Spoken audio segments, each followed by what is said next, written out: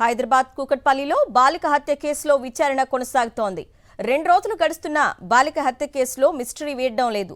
బాధిత కుటుంబం ఉంటున్న బిల్డింగ్లోని వ్యక్తులే హత్య చేసి ఉంటారని పోలీసులు అనుమానిస్తున్నారు. సీసీటీవీ ఫుటేజ్లు పరిశీలించగా ఆ బిల్డింగుకు బయట వ్యక్తులు ఎవరూ వెళ్లలేదన్న నిర్ధారణకొచ్చారు పోలీసులు. గత 2 రోజులుగా 4 అనుమానితులను విచారించినా ఎలాంటి పురోగతి లభించలేదు. మరోవైపు బాలిక పోస్టుమార్టం రిపోర్టులో కీలక అంశాలు వెలుగులోకొచ్చాయి. బాలిక శరీరంపై 20 కత్తి గాయాలు, మెడపైన 10 గాయాలు ఉన్నట్లు డాక్టర్లు తెలిపారు. పథకం ప్రకారమే హత్య జరిగిందని పోలీసులు విచారణలో గుర్తించారు. తాజా అప్డేట్స్ మా ప్రతినిధి అమర్ అందిస్తారు. అమర్,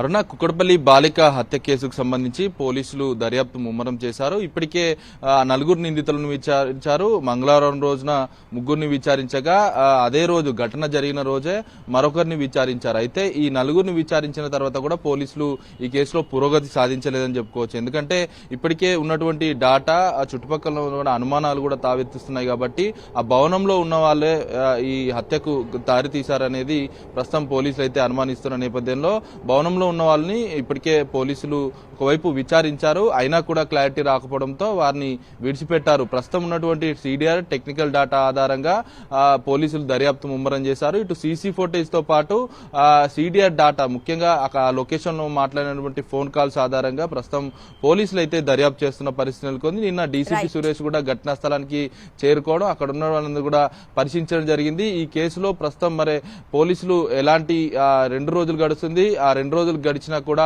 పోలీసులు ఇప్పటి వరకు కూడా మిస్టరీ కూడా వీడని పరిస్థితి అయితే నెలకొంది. మరి ఏ విధంగా దర్యాప్తు కొనసాగుతుంది అనేది ఉత్కంఠ ఒకవైపు కొనసాగుతుంటే, హత్యకు సంబంధించి ఇప్పటికే ఎవరు విరోధులు లేరు, ఆర్థికపరమైన అంశాలు లేవనేది ఇటు రేణుక తల్లిదండ్రులైనటువంటి కృష్ణ ఇద్దరు చెప్తా ఉన్నారు.